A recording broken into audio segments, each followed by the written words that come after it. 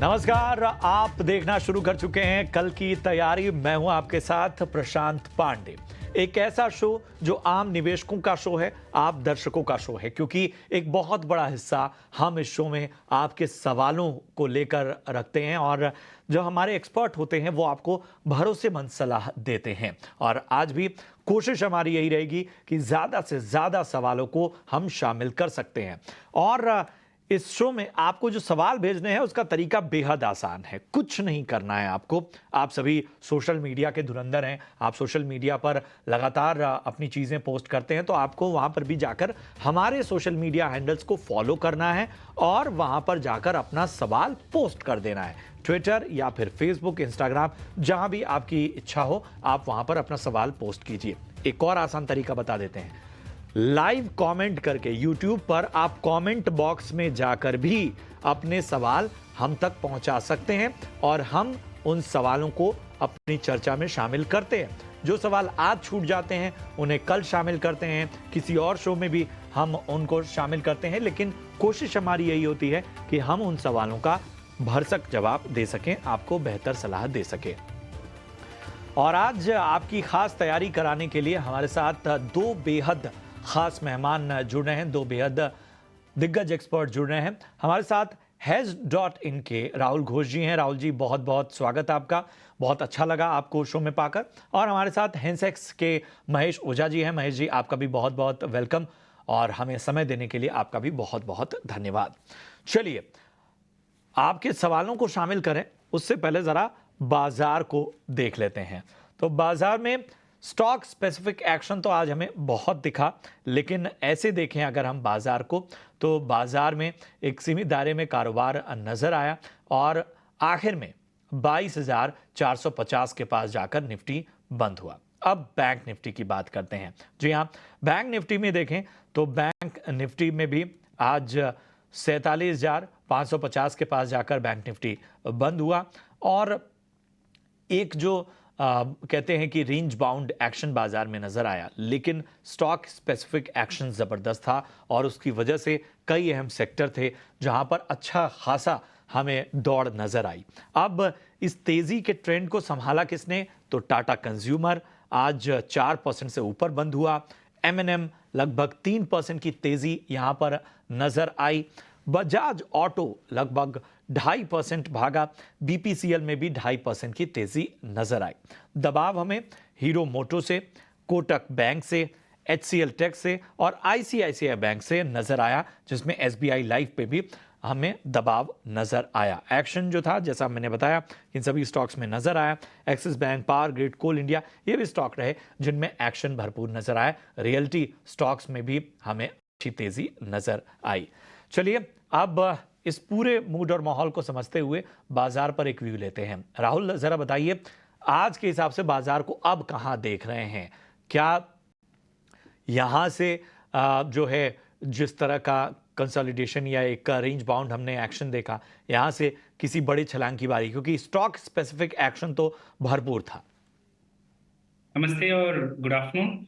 तो निफ्टी की पहले बात करें तो एक कंसोलिडेशन फेज जाहिर बन रहा है। 22,500 जो पिछला हाई था उसके आसपास कंसोलिडेट कर रहा है। अगर 22,200 के पास में आपको डिप दिखता है, दैट इज 22,200 या उसके नीचे, फिर से लॉन्ग जाने की आप फिर से लॉन्ग जा सकते हैं। स्टॉप लॉस रख सकते हैं 22,000 पे। दूसरा लॉन्ग जा सकते हैं अगर 22,600 के ऊपर एक बुलिश क्लोजिंग आपको मिले। ये बहुत ही इंपॉर्टेंट है नोट करना कि 22,525 जो पिछला हाई है उसके ऊपर अगर कैंडल क्लोजिंग होता है तो लॉन्ग नहीं जाइएगा, थोड़ा और वेट कीजिएगा और 22,600 के ऊपर क्लोजिंग के बाद फिर से लॉन्ग जाइएगा। तो दो लेवल 22,200 पे विथ स्टॉप लॉस ऑफ 22,000 और 22,600 के ऊपर विथ स्टॉप लॉस एट 22,500। नजरिया इंडेक्स पर और बाजार में जो अहम लेवल्स हैं जहां पर आपको नजर रखनी है, वो भी राहुल जी ने आपके सामने रखा। चलिए, पहला सवाल यूट्यूब के जरिए दीपांकर दास का लेते हैं कोलकाता से। और जेपी पावर इन्होंने ले रखा है बहुत ही निचले स्तरों पे, लगभग ₹9.5 की इनकी बाइंग है। तो पहले तो इनको बधाई देनी होगी, क्योंकि ₹9.5 की बाइंग अब देखिए लगभग ₹17 के करीब पहुंच चुका है। अच्छा खासा मुनाफा यहां पर होता हुआ। लेकिन जेपी पावर क्या यहां से दौड़ और लगाएगा या मुनाफा बांध लेना बेहतर रहेगा। महेश जी बताइए क्या करना चाहिए जेपी पावर में? लगभग 9.5 रुपए की खरीद है।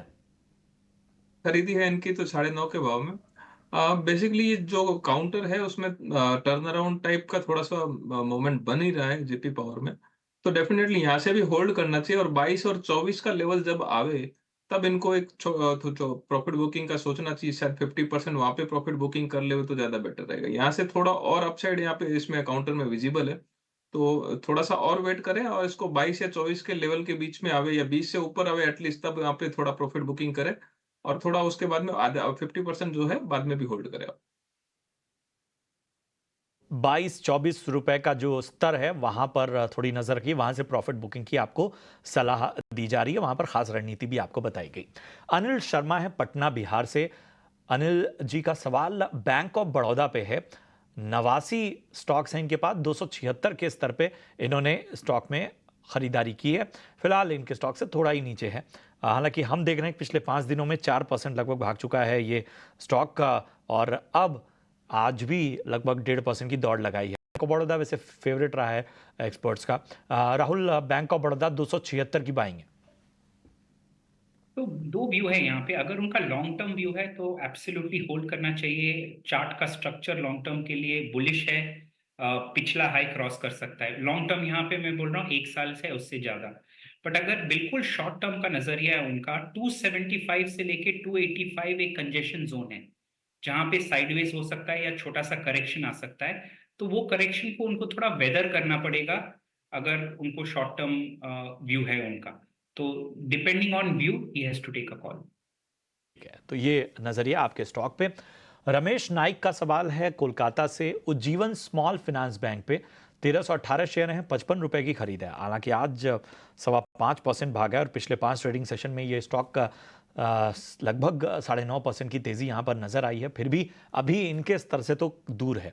महेश जी क्या करना चाहिए उज्जीवन स्मॉल फाइनेंस बैंक में? डेफिनेटली यहाँ से भी होल्ड करना चाहिए। और ये जो है जो मार्च एंडिंग के कारण से थोड़े से सारे स्टॉक्स में डाउनवर्ड्स था, वो कहीं ना कहीं पे अभी वापस से रीबाउंड होगा, और रीबाउंड के बाद में शायद अपसाइड भी बताएंगे। चार्ट के ऊपर भी काफी अच्छा मोमेंटम बना हुआ है, इमीडिएट लेवल 58 के बन रहे हैं इसके अंदर।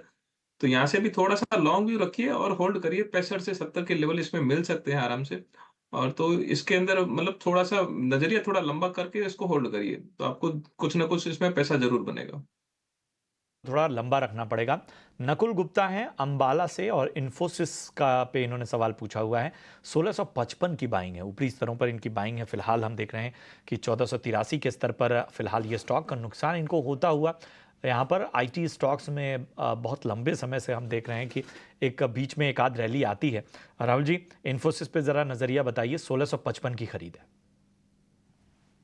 चार्ट का स्ट्रक्चर अनफॉर्चुनेटली इन्फोसिस में ज्यादा उम्मीद नहीं दे रहा है अभी नेक्स्ट 3 to 4 मंथ्स के लिए। स्टॉक एक डाउन ट्रेंड में रहा है। 1700 का हाई बनाने के बाद कॉन्स्टेंटली लोअर लोज और लोअर हाइज बना रहा है। और सपोर्ट अनफॉर्चुनेटली 1400 के आसपास है, मतलब 6-7% और नीचे स्टॉक जा सकता है। मोमेंटम कब देखने को मिलेगा स्टॉक में? मोमेंटम 1580 के ऊपर ही देखने को मिलेगा। तब तक साइडवेज रह सकता है, बेरिश रह सकता है। 1580 के ऊपर जब क्रॉस करता है स्टॉक, फिर से दर्शक कॉल कर सकते हैं। तब एक संभावना उनके कॉस्ट के आसपास आ जाए। शायद 1600 के ऊपर उनका कॉस्ट था, अगर इफ आई रिमेम्बर करेक्टली। तो आपको थोड़ा सा यहाँ पर लेवल्स का ध्यान रखना होगा, समय देना होगा। रविंद्र कुमार यादव हैं और सीएसई पे इनका सवाल है। 127 रुपए की बाइंग है, 115 शेयर इनके पास इस वक्त मौजूद हैं। इनके भाव के करीबी है स्टॉक का। महेश जी, सीएसई क्या नजरिया बन रहा है? अगर इनका नजरिया बिल्कुल शॉर्ट टर्म है तो इनको एक प्रॉफिट बुकिंग कर लेनी चाहिए, या फिर जो भी भाव से एक बार का एग्जिट कर लेना चाहिए इसको। और बाकी दूसरे काउंटर में जहाँ पे मोमेंट मिलता है वहां पे थोड़ी सी करनी चाहिए। अगर लंबा नजरिया है, इनका साल भर का नजरिया है, तो डेफिनेटली होल्ड करें। 150 से 160 तक के लेवल दिखा सकते हैं। बट अगर शॉर्ट टर्म का नजरिया है तो इसमें से एग्जिट कर लीजिए। ठीक है, तो शॉर्ट टर्म नजरिया है तो आपको एग्जिट करने की सलाह यहां पर मिलती हुई। अविनाश हैं और ऑस्ट्रेलिया से उन्होंने अपना सवाल ईटी नाउ स्वदेश तक पहुंचाया है। इनके पास आरवीएनएल के 1100 शेयर हैं। 137 रुपए के भाव पे इन्होंने आरवीएनएल का शेयर ले रखा है अब। और पहले तो बधाई देनी होगी कि काफ़ी अच्छा खासा मुनाफा यहाँ पर इनको इस वक्त होता हुआ आरवीएनएल में, और धैर्य भी रखा, जिसकी वजह से आप देखिए कि इस वक्त 264 रुपए के ऊपर ये स्टॉक का। Rahul ji, RVNL long term perspective यहाँ से कितना क्या मुनाफा जो है उसमें कोई खास रणनीति रखनी चाहिए? अच्छा खासा मुनाफा होता हुआ। बिल्कुल, तो आरबीएनएल का चार्ट बेहतरीन है। दोनों शॉर्ट टर्म और लॉन्ग टर्म के लिए चार्ट का स्ट्रक्चर अच्छा लग रहा है। Constant higher lows higher highs बना रहा है। एक अच्छा कंसोलिडेशन फेज चला जिसमें से अभी फिर से अप ट्रेंड शुरू हुआ है। मैं उनको एक स्टॉप लॉस सजेस्ट करूंगा। स्टॉप लॉस होगा 215 के आसपास, क्योंकि लॉन्ग टर्म इन्वेस्टर है, उनको थोड़ा कुशन जरूरी है। 215 के आसपास में स्टॉप लॉस सजेस्ट करूंगा। चार्ट बुलिश लग रहा है शॉर्ट टर्म और लॉन्ग टर्म दोनों में। आ रहे हैं राहुल जी को। दीपक कुमार सिंह हैं और इनका सवाल इंजीनियर्स इंडिया लिमिटेड पे है। अच्छी बाइंग है, 207 रुपए पे इन्होंने बाइंग की है। 218 ये स्टॉक, और आज भी लगभग 3.5% ये स्टॉक चढ़ा है। पिछले 5 दिनों में 9.25% की तेजी यहाँ पर नजर आई है। महेश जी, ईआईएल क्या करना चाहिए? डेफिनेटली ईआईएल को होल्ड करना चाहिए। नजरिया थोड़ा सा 3 से 6 महीने का नजरिया जरूर रखें। ये स्टॉक में 250 से 260 तक के लेवल वापस से टेस्ट जरूर करेगा। तो यहाँ पे एक लगता है कि ये मोमेंटम कंटिन्यूस बुलिश मोमेंटम इसमें रहेगा, लेकिन ये काउंटर थोड़ा सा स्लो है, तो थोड़ा पेशेंस जरूरी है। तो थोड़ा पेशेंस रखें और होल्ड करें। आज धैर्य आपको रखना होगा, और मार्केट खेली है पेशेंस का, थोड़ा विचलित मत होइए। यहाँ आगे और बेहतर संकेत मिल सकते हैं। मुकेश भोजपुरी हैं और इनका सवाल टाटा स्टील पे है। 144 रुपए की बाइंग है, और फिलहाल हम देख रहे हैं 164 रुपए से ऊपर स्टॉक का फायदा इनको होता हुआ। आगे का व्यू लेते हैं। राहुल जी, टाटा स्टील क्या करना चाहिए? स्टील एक थोड़ा सा पैराडॉक्स जोन में फंडामेंटली उतना थोड़ा सा ओवर वैल्यूड है, तो उतना अच्छा नहीं लग रहा है। और टेक्निकली आप नोटिस करेंगे तो स्टॉक इज एकदम फियर्स अप ट्रेंड में है। एक्चुअली फ्रॉम जुलाई 2022 एक फियर्स अप ट्रेंड में है। मेरे ख्याल से एक और 4-5% तो उनको डेफिनेटली मिल सकता है बिल्कुल शॉर्ट टर्म में, क्योंकि ऑल टाइम टेरिटरी पे है। अगर थोड़ा सा करेक्शन हो वो भी हेल्दी रहेगा। जैसे मैंने कहा, थोड़ा ओवर वैल्यूड है, और 150 के आसपास फिर से बाइंग देखने को मिल सकता है। ठीक है, तो यहाँ पर आपको थोड़ा सा यहाँ पे भी आपको पेशेंस रखना होगा, और अहम रणनीति आपको सुझाते हुए राहुल जी। सुभाष नाहर हैं, उनका सवाल मॉर्पेन लैब्स पे है। 54 रुपए की खरीदा, काफ़ी पुरानी बाइंग लग रही है। फिलहाल इनके भाव से काफ़ी नीचे आ चुका है ये स्टॉक का। क्या करना चाहिए महेश जी मॉर्पेन लैब्स में? नहीं, होल्ड करिए। इसमें भी थोड़ा मोमेंटम आएगा तब वापस से एग्जिट कर लीजिएगा। ये सारे स्टॉक्स जो है वहाँ पे जब भी मोमेंटम बनता है तभी इसमें मोमेंट बनता है। इनका एक फर्दर अगर लॉन्ग टर्म का अगर नजरिया भी है तो 58 के ऊपर जब ये क्लोजिंग देगा तो वापस से थोड़ा सा फास्ट मूवमेंट अपसाइड बताएगा। बट ये लेवल के ऊपर थोड़ा सा धीरे धीरे कंसोलिडेट करके इनका जो लेवल है शायद जल्दी आ जाए, तो वो लेवल पे एग्जिट कर लीजिए। ठीक है, अगला सवाल वोडाफोन आइडिया पे है, सलमान का। 18 रुपए की इनकी बाइंग है। राहुल जी ज़रा बताइए, नुकसान तो ज़बरदस्त हो रहा है। 10,000 स्टॉक इन्होंने लिए हुए हैं 18 रुपए के भाव पे। क्या करना चाहिए? आज हमने देखा कि 4% से ज़्यादा की गिरावट वोडाफोन आइडिया में नजर आई। मैं एग्जिट करना नहीं बोलूंगा। 18 रुपए शायद, अगर मैंने सही सुना, उनका बाइंग प्राइस है। तो मैं होल्ड करने की सलाह पहले तो यहाँ पे दूंगा, क्योंकि 11 के आसपास एक अच्छा बॉटम बनाया है स्टॉक, एक डिमांड जोन से बाउंस हुआ है, और ऊपर जाने की संभावना करंट चार्ट स्ट्रक्चर से लग रहा है। क्योंकि हर अप मूव पे थोड़ा कंसोलिडेशन हो रहा है, फिर से अप मूव हो रहा है। तो अभी कंसोलिडेशन हो रहा है। जब तक 12.5 रुपए ब्रेक नहीं होता है, अभी करंट मार्केट ट्रेंड में होल्ड करना चाहिए उनको।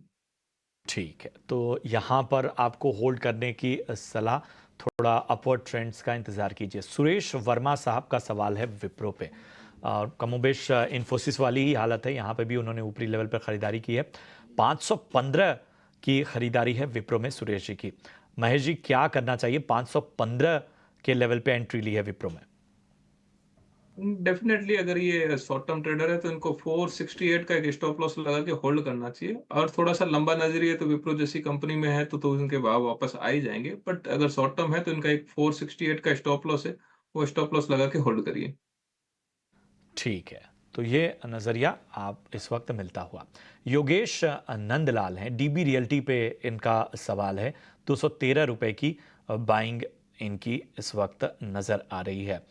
फिलहाल हम देख रहे हैं कि 205 के स्तर पे इस वक्त स्टॉक का जो है वो ट्रेड करता हुआ। राहुल जी, डीबी रियल्टी कैसा लग रहा है आपको? 213 की बाइंग है। मेरा सलाह यहाँ पे होगा कि 213 उनका जब कॉस्ट प्राइस आ जाता है, जो अभी लग रहा है चार्ट पे आ जाना चाहिए, उनको एग्जिट कर देना चाहिए इस काउंटर को। ऐसा कोई सिचुएशन करंटली तो नहीं लग रहा है जहां से स्टॉक एकदम बेहतरीन परफॉर्म कर सके।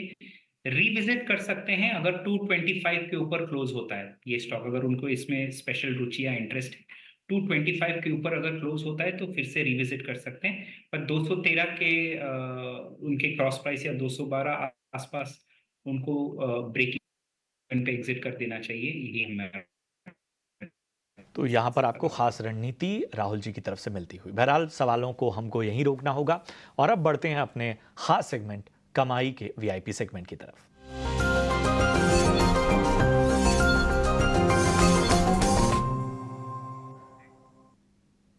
महेश जी, फटाफट से बताइए आज वीआईपी सेगमेंट में आपकी पसंद क्या है? एक तो बीपीसीएल रहेगा अपना। बीपीसीएल में 612 से 615 के लेवल में खरीदी कर सकते हैं। 588 का स्टॉप लॉस थोड़ा सा रखना पड़ेगा और 635 से 650 के जो टारगेट है वो शायद जल्दी 5-7-10 दिन में बन सकते हैं। दूसरा एम&एम है जहाँ पे 1965 से 70 के बीच में खरीदी कर सकते हैं। एक 1904 का स्टॉप लॉस लगाइए। 2050 से 2100 तक के लेवल जो है उसमें भी वापस से रीटेस्ट कर सकते हैं। दोनों में अच्छा बाइंग मोमेंटम दिखाई दे रहा है। ठीक है, तो ये दो पसंद इस वक्त आते हुए महेश जी की तरफ से। राहुल, आप बताएं, आप के रडार पे आज जो कौन से स्टॉक्स हैं? मेरे रेडार पे आज HDFC AMC है। करंट मार्केट प्राइस पे लॉन्ग कर सकते हैं। स्टॉक स्ट्रांग रहा है, आप चार्ट नोटिस कीजिए, हाई के आसपास चल रहा है, तो करंट मार्केट प्राइस पे लॉन्ग कीजिएगा। 3650 पे स्टॉप लॉस लगाइएगा और 3900 और 4000 दो टारगेट शॉर्ट टर्म के लिए। ठीक है, तो ये पसंद आती हुई राहुल जी को ये स्टॉक। बहरहाल आज कल की तैयारी में इतना ही। हमें इजाज़त दीजिए। अपने दोनों खास एक्सपर्ट राहुल और महेश जी, आप दोनों का बहुत बहुत शुक्रिया शो में जुड़ने के लिए, आम निवेशकों का मार्गदर्शन करने के लिए। आप देखते रहिए ET Now स्वदेश। नमस्कार।